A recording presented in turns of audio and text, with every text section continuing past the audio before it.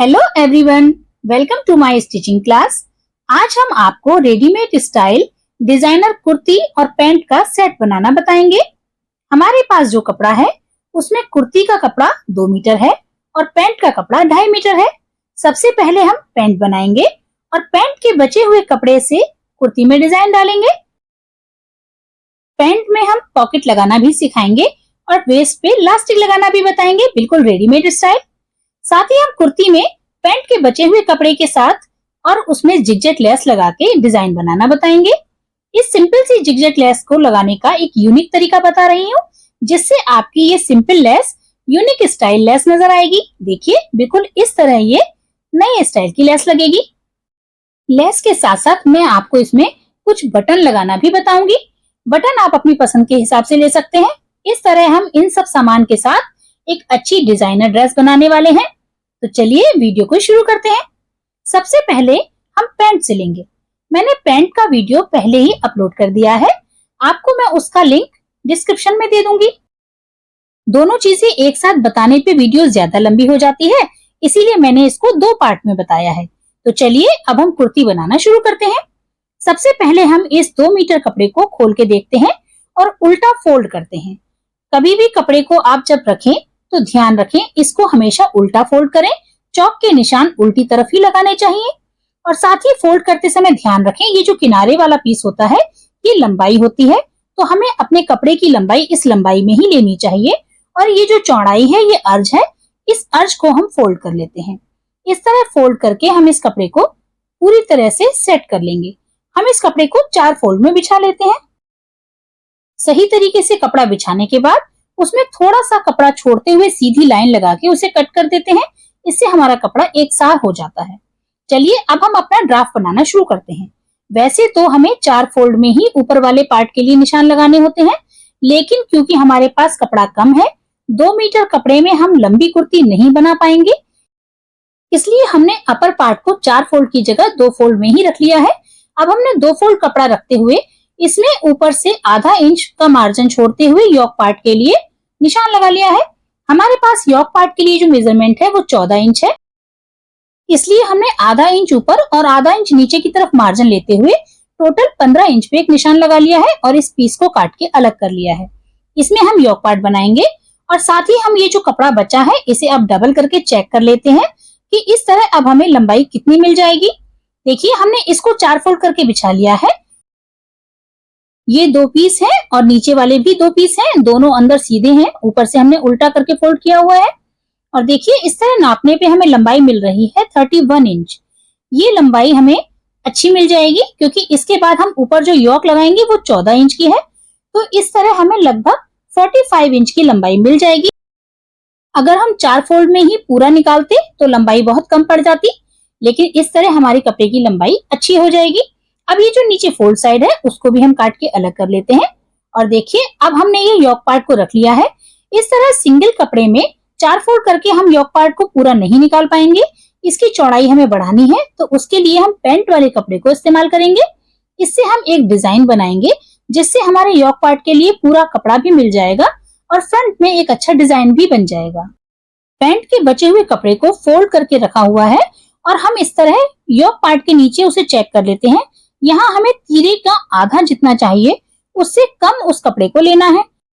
हमारा तीरा 15 इंच है तो उसका आधा 7.5 होता है, लेकिन हमने उससे 1 इंच कम करते हुए 6.5 इंच इस कपड़े की चौड़ाई ले ली है डबल में, और लंबाई 15 इंच ले ली है जो हमारे योक पार्ट की भी है।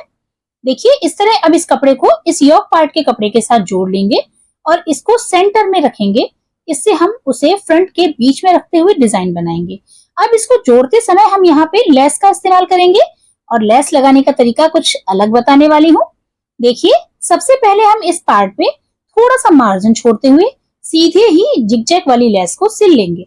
दोनों साइड पे हमें इस जिगजैग लेस को सीधा सिल लेना है। देखिए, इस कपड़े पे हमने दोनों साइड पे जिगजैग वाली लेस को सिल के सीधा लगा लिया है। अब इसके ऊपर हम जो दूसरा वाला कपड़ा जोड़ेंगे उसके ऊपर हमें जोड़ते समय ध्यान रखना है।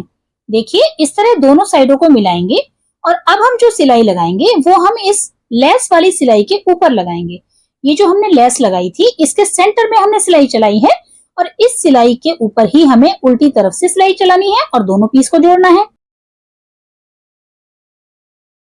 देखिए, इस तरह सेंटर में सिलाई चलाकर कपड़े को जोड़ने से हमारी लेस का आधा पार्ट ही नजर आता है, जो कि जिगजैग ना दिख के आधा गोलाई वाला शेप दिखता है और नए स्टाइल की लेस बन जाती है। इसी तरीके से अब हम दूसरे पार्ट को भी जोड़ लेंगे। इस पे सिलाई लगाने के बाद देखिए, अब हमारे ये दोनों पार्ट सिल के तैयार हो गए हैं और इस तरह ये डिजाइन नजर आ रहे हैं। हमें ध्यान रखना है ये पार्ट हमारा सेंटर में रहेगा और बैक साइड के लिए ये पीछे वाला प्लेन जाएगा। तो इसे हम सही तरीके से पकड़ेंगे, इसको उल्टा कर लेते हैं और लेस वाले दोनों सिरों को मिलाते हुए इसे फोल्ड करेंगे, क्योंकि इस पे हमें फ्रंट साइड के निशान लगाने हैं और ये पीछे वाले पीस पे हमें बैक पार्ट के निशान लगाने हैं। तो इस तरह दोनों को फोल्ड करके पकड़ के अच्छे से सेट करके रख लेते हैं। देखिए, ये जो हमारा नीचे वाला पार्ट है, इस पे हमें बैक पार्ट के गले के निशान लगाने हैं और ये ऊपर जो हमने दूसरा कपड़ा जोड़ा है, इस पे हम फ्रंट के निशान लगाएंगे। इसको सही तरीके से सेट करके अपनी साइड पे फोल्ड साइड रख लेते हैं और अब हम निशान लगाना शुरू करते हैं। ये टोटल 15 इंच कपड़ा है, जिसमें बीच में 14 इंच है और ऊपर नीचे आधा आधा इंच मार्जिन है। तो अब हम ऊपर का मार्जिन छोड़ते हुए चौड़ाई में तीरे के आधे पे निशान लगाएंगे। हमारे पास तीरे का नाप 15 इंच है, तो तीरे का आधा 7.5 इंच हुआ। हमने 7.5 इंच पे एक निशान लगा लिया है और थोड़ी दूरी पे एक निशान और लगा लेंगे। फिर इन दोनों निशानों को मिलाते हुए एक सीधी लाइन खींचेंगे। इस लाइन पे हमें आर्मोल का निशान लगाना है और आर्मोल का निशान लगाने के लिए हमें मेथड लेना होता है चेस्ट का 6+1। हमारा चेस्ट का नाप 42 से कुछ कम है, तो यहाँ पे चेस्ट का 6+1 हमने 7.5 इंच ले लिया है। अब 7.5 इंच पे हम ये निशान लगा के इस पे चौड़ाई में चेस्ट की चौड़ाई वाला निशान लगाएंगे। आर्मोल वाले इस निशान को हम एक दो जगह और लगा लेते हैं। इस तरह से निशान लगा के जब हम लाइन खींचते हैं तो हमारी लाइन टेढ़ी नहीं होती और निशान बिल्कुल सही लगते हैं। देखिए, मैंने दूसरी जगह भी ये निशान लगा लिया है और अब स्केल से इसकी चौड़ाई में हम ये लाइन खींच देंगे। इसके बाद हम इस पे नाप के हिसाब से पॉइंट लगाएंगे। यहाँ पे हमें 3 लाइन लगानी है। एक तो ये अपर चेस्ट वाली लाइन हो जाएगी और इसके बाद हमें 2 इंच नीचे एक लाइन और लेनी है। इस पे हम चेस्ट वाला नाप लगाएंगे और सबसे नीचे ये वेस्ट वाला नाप होगा। तो हमने जो अपर चेस्ट के लिए लाइन ली है, इसमें हम अपर चेस्ट का 4th पार्ट लगा लेंगे। हमारा अपर चेस्ट का जो नाप है वो तैयार नाप 40 इंच है, इसलिए हमने उसका 4th पार्ट 10 इंच पे निशान लगा लिया है और चेस्ट वाला नाप हमारे पास 41 इंच है, इसलिए हम यहाँ पे लगभग 11.25 इंच पे एक निशान लगाएंगे और इसके बाद नीचे वेस्ट का नाप हमारे पास 40 इंच है, तो यहाँ पे हम फिर 40 का 4th पार्ट 10 इंच पे निशान लगाएंगे और अब इन सभी निशानों को मिलाते हुए और फिर हल्की सी गोलाई देते हुए इस निशान से मिला देंगे। कुछ लोग ये लाइन बिल्कुल सीधी लगा देते हैं। इस तरह जब ये जो बचा हुआ कपड़ा होता है, इस कपड़े की वजह से यहाँ पे झोल आ जाती है। इसीलिए अगर आप आर्मोल में झोल से बचना चाहते हैं तो अपर चेस्ट का नाप जरूर लें और उसी के हिसाब से निशान लगाएं। अब यहाँ से आर्मोल वाली लाइन के सेंटर में टच करते हुए हम यहाँ पे आर्मोल की गोलाई देंगे। इस तिकोनी वाले निशान से हमें 1.5 इंच पे एक पॉइंट लेना है और इस पॉइंट को टच करते हुए आर्मोल वाली लाइन के सेंटर तक हम ये गोलाई देंगे। ये हमारी बैक पार्ट की आर्मोल शेप है। अब यहाँ से लगभग 1.5 इंच का मार्जिन रखते हुए हम सभी में एक निशान और लगा लेंगे और इसकी लाइन खींच देंगे। अगर आप अच्छी फिटिंग की कुर्ती बनाना चाहते हैं तो प्लीज हमारी वीडियो को ध्यान से देखिए और स्टेप टू स्टेप सभी रूल्स को फॉलो कीजिए। आपकी फिटिंग के हिसाब से बहुत अच्छी कुर्ती तैयार होगी। अब हम ऊपर नेक के निशान लगा लेते हैं। नेक की चौड़ाई के लिए मैंने यहाँ पे 2.5 इंच पे निशान लगाया है और गहराई में 3 इंच पे एक निशान लगा के लाइन खींच ली है और इसी लाइन को हमने ऊपर भी मिला दिया है। इस तरह ये जो शेप बन गई है, इसमें हम एक हल्की सी गोलाई देंगे। ये गोलाई हमारे बैक पार्ट के लिए है। फ्रंट नेक के लिए अभी हम निशान नहीं लगाएंगे क्योंकि हमें डिजाइन बनाना है। चलिए हम फ्रंट पार्ट की आर्मोल वाली शेप लगा लेते हैं। आर्मोल के नाप के सेंटर में एक पॉइंट लेंगे और यहाँ से आधा इंच अंदर लेते हुए इस निशान को टच करते हुए हम ऊपर तिरछा मिला देंगे और नीचे इसी गोलाई के हिसाब से आधा इंच गहरी गोलाई दे देंगे। ये हमारे फ्रंट आर्मोल की शेप हो जाएगी। फ्रेंड्स, आपको हमारा तरीका पसंद आ रहा है तो प्लीज लाइक जरूर कीजिए। अब हम ऊपर से तीरे पे आधे इंच के निशान की गहराई लेंगे और इस पे एक लाइन खींचेंगे। ये आर्मोल की शेप होगी, लेकिन कटिंग हमें ऊपर मार्जिन वाले निशान पे करनी होती है, इसीलिए आधा इंच ऊपर लेते हुए एक लाइन और खींच लेंगे और इस मार्जिन वाली लाइन पे ही हम कटिंग करेंगे। ध्यान रखिए, बाहर वाली इन लाइनों पे कटिंग करते हुए हम बैक पार्ट की कटिंग कर लेते हैं। देखिए, इस तरह हमने ये कटिंग कर ली है। तीरे की कटिंग हो गई है और बैक पार्ट के आर्मोल की और साइड की कटिंग हो गई है। फ्रंट पार्ट का नेक अभी हम नहीं काटेंगे, लेकिन फ्रंट पार्ट के आर्मोल की कटिंग अभी कर लेते हैं। लेकिन बैक पार्ट के नेक के लिए हम इस पे निशान यहीं से ले लेते हैं। देखिए, हमने जो बैक पार्ट के नेक के लिए निशान लगाए हैं वो ले लेते हैं। लेकिन आप ध्यान रखें, अगर आप वी शेप बनाने वाले हैं तो हमें नेक पार्ट की चौड़ाई जो है वो कम से कम 3 इंच लेनी होगी। अभी तो हमने 2.5 इंच ली है। चलिए, अब हम पहले फ्रंट पार्ट की आर्मोल शेप की कटिंग भी कर लेते हैं। और ये बैक पार्ट है। बैक पार्ट में हम बी लिखकर पहचान के लिए रख देते हैं। और अब फ्रंट पार्ट की आर्मोल की शेप की कटिंग भी कर लेते हैं। इस तरह हम इस शेप को काट लेंगे, मगर कभी भी आर्मोल की शेप कटिंग करते समय ध्यान रखें, कपड़े पे बिल्कुल भी खिंचाव न डालें। चलिए, अब ये कटिंग भी हो गई है। अब हम इस पार्ट की गले की कटिंग करेंगे, लेकिन हमें बैक पार्ट और फ्रंट पार्ट के नेक की कटिंग अलग अलग करनी है। तो अभी हम पहले फ्रंट पार्ट की कटिंग नहीं करेंगे, अभी हम बैक पार्ट के नेक की कटिंग कर लेते हैं। इस पे निशान मैंने पहले ही लगा लिए थे, उन्हीं निशान को मिलाते हुए मैंने हल्की सी गोलाई दे दी है। आप अपनी पसंद के हिसाब से गले की शेप दे सकते हैं। आप चाहें तो इसमें कटिंग वाला डिजाइन भी बना सकते हैं। और इस तरह अब गले की कटिंग हो गई है। अब हम बैक पार्ट को हटा के साइड रख देते हैं। सिलाई के काम शुरू करने से पहले हम कटिंग को पूरा कर लेते हैं। अभी हमने घेर के हिसाब से पीस को काट के नहीं रखा है। हमारे पास जो घेर की चौड़ाई है वो 37 इंच है, तो उसमें 1 इंच मार्जिन लेते हुए 38 इंच हो जाएगी। और जब हम उसको आधा करेंगे तो ये 19 इंच आ रहा है, यानी 19 इंच पे हमें ये चौड़ाई लेनी है फोर्थ पार्ट में। इस तरह हमारा बैक और फ्रंट दोनों के ही घेर वाला पीस निकल आएगा। और अब ये एक्स्ट्रा कपड़े को काट के हमने अलग कर दिया है, इसे हम डिजाइनिंग में यूज कर लेंगे। और ये लंबाई के लिए निशान लगा दिया है। ध्यान रखें, ये ही हमारी लंबाई है। अंदर वाले पीस पे भी हमने इस तरह निशान लगा दिया है। और ये जो फोल्ड है इसे काट के हम खोल देंगे। इस तरह हमारे ये दोनों पीस अलग हो जाएंगे।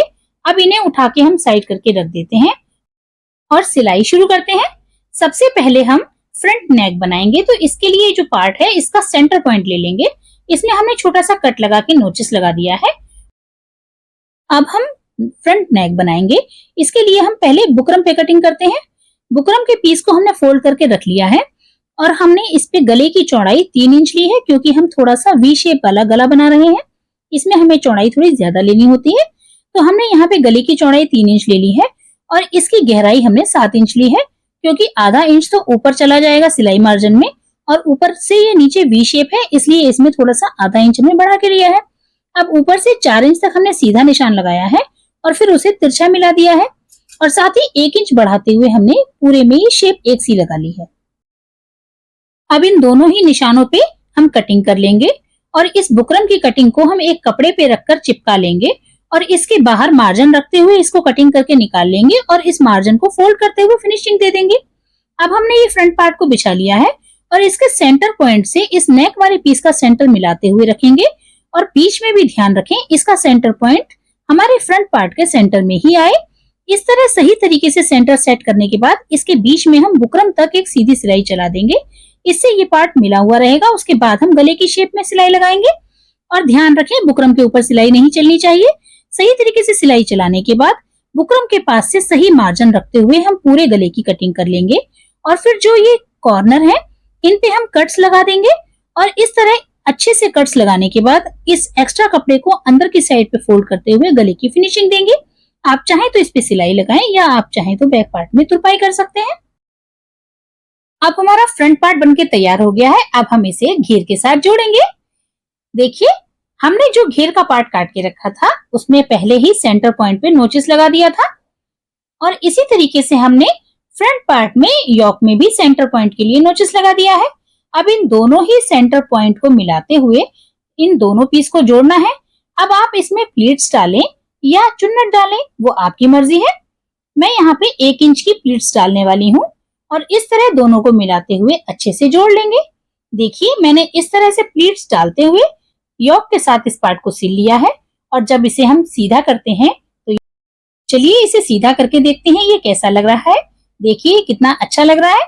इसी तरीके से अब हम बैक पार्ट को भी जोड़ लेते हैं और ये हमारा बैक पार्ट भी सिल के तैयार हो गया है। अब हम बैक पार्ट और फ्रंट पार्ट के तीरे जोड़ेंगे। चलिए, इसको हमने सीधा बिछा रखा है, इसी के ऊपर अब हम फ्रंट पार्ट को उल्टा करके रखेंगे और दोनों तीरों को मिलाते हुए रखेंगे। तीरे मिलाते हुए ध्यान रखें, तीरे को हमें आर्मोल वाली साइड से सिलना शुरू करना है, क्योंकि अभी हमारी बैक साइड के नेक की फिनिशिंग नहीं हुई है, इसलिए उसमें मार्जिन बचा हुआ है। तो अब हम पहले ये साइड से तीरे जोड़ेंगे। इसी तरीके से हम दूसरी साइड से भी कंधे की तरफ से ही तीरे को जोड़ते हुए आएंगे और बाद में बैक वाले गले की फिनिशिंग करेंगे। देखिए अब हमारे दोनों तीरे अच्छे से जुड़ गए हैं। हमने आधा इंच का मार्जिन रखते हुए दोनों ही तीरों पे सिलाई कर दी है और इस तरह अब हमारे कंधे जुड़ गए हैं। अब हम एक और भी पट्टी के साथ इस गले की फिनिशिंग करेंगे। चलिए इसकी फिनिशिंग कर लेते हैं। देखिए अब हमारे बैक वाले नेक की फिनिशिंग भी हो गई है। हमने और भी पट्टी लगा के इसको पलट के सिल दिया है। देखिए हमने मैचिंग के कपड़े की पट्टी काटी है और इस तरह इसकी फिनिशिंग कर दी है। अब हमारी ये कुर्ती काफी हद तक तैयार है, लेकिन अब हम इसकी आस्तीन की कटिंग करेंगे। अब हमने फ्रंट के सेंटर में जो डिजाइन डाला है वो पैंट के कपड़े से डाला है और पैंट का कपड़ा ज्यादा था तो बचा हुआ भी है, तो हम आस्तीन भी पैंट के कपड़े में से ही काट लेंगे। देखिए ये कपड़ा बचा हुआ है, 4 फोल्ड है, ये लगभग 13.5 इंच आ रहा है। हमारी आस्तीन की लंबाई 16 इंच है, तो ये कपड़ा कुछ कम है। इसके लिए हम डिजाइन लगाएंगे और नीचे की तरफ जो हमारा कुर्ती में से कपड़ा बचा है उस कपड़े को जोड़ देंगे। देखिए ये पट्टी बची हुई है, इसको रखने के बाद ये लगभग 17.5 इंच आ रहा है। इसका मतलब जब हम सब जोड़ लगा लेंगे और फोल्ड करेंगे